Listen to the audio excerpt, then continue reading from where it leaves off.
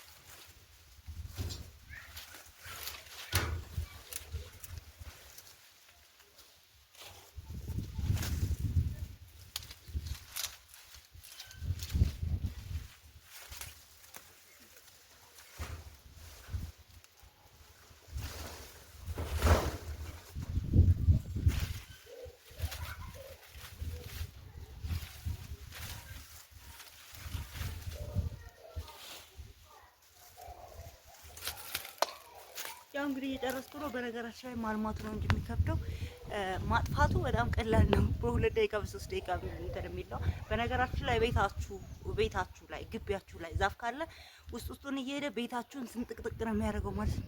ምን አርማታ ብታረጉት ምን ልሽ ብታረጉት ዋጋ የለውም ማለት ነው። ስለዚህ ዛፍን ማጥፋት አለባችሁ ከግቢያችሁ። ያው እኔ በየሄድኩበት ዛፍ ስለሚያጋጥመኝ ነው መሰለኝ ይሄኛውን ቦታ ዛፍ አለው። አሁን እያጠፋው ነው እና አብረን እንዋለን። እናታችሁ በጣም ናፍቃችሁኛል ልጆች።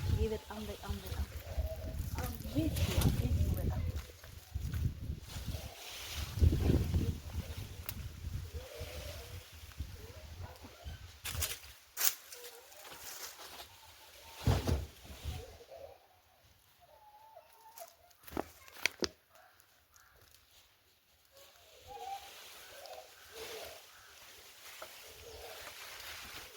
ይሄ ደግሞ ያው ለማገዶ ይሆናችኋል ታውቃላችሁ።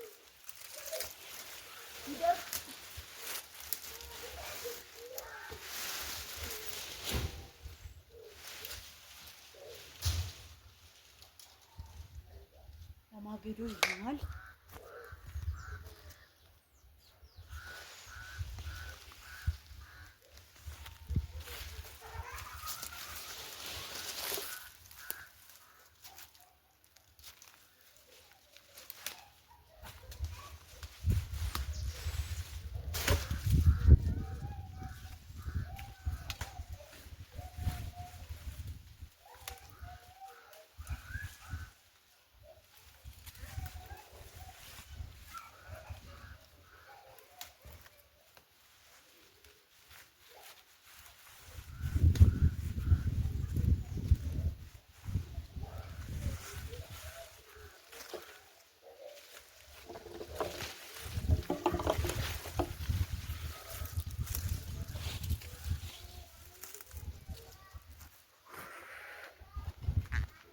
ደከመኝ ምር ይላችሁ። ይሄ ጉቶ ነው።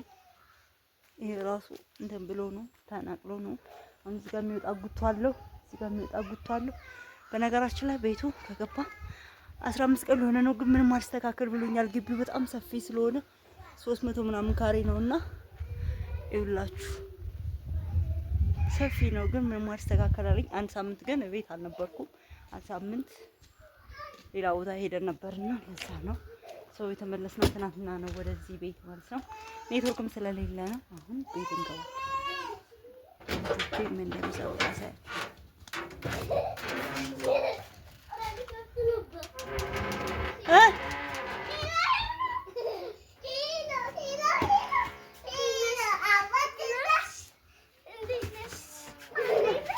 ወጣ በይ ዘርበ በብሾ እንድዛቡክ ነው ወይ ልጅ እዛሁን እዛሁን ወንድ ልጅ ወደ እናቱ ነው አሉ ሲሮጥ መጣ። ልምጭ የለም ልቆይ ዱላ የለም ሰው እንግዲህ ተመልካቾች ቤቢ ሾ ልጅ ላስተዋውቃችሁ። ቤቢ አውሪው በሩ ሲከፈት ውስጥ ነው